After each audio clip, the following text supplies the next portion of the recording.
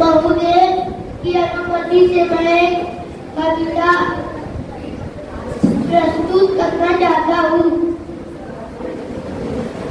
प्रकृति का प्रारूप हो तुम, प्रकृति का प्रारूप हो तुम, जगत का रूप हो तुम,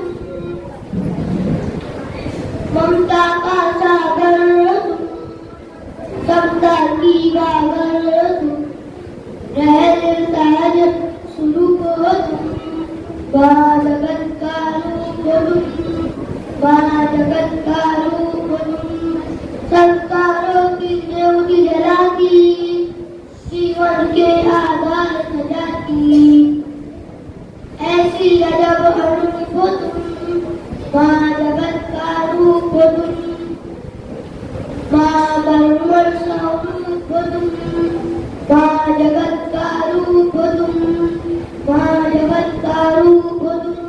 धन्यवाद।